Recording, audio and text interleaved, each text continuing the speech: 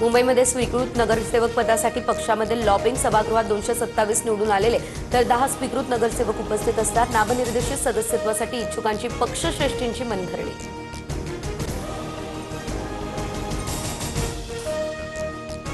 वंचित बहुजन आघाडीमुळे उल्हासनगरात शिवसेनेचा महापौर बसणार।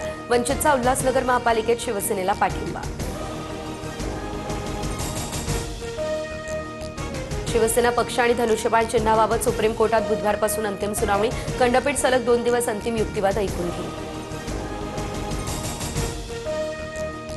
मुंबईमध्ये लवकरच 30 मजली बिहार भवन उभारलं जाणार। नितीश कुमार सरकारकडून 314 कोटी 20 लाखांचा निधी मंजूर। चांदी 3 लाखांचा टप्पा ओलांडतीये तर 2000 सोनं 10,000 रुपयांनी महागली।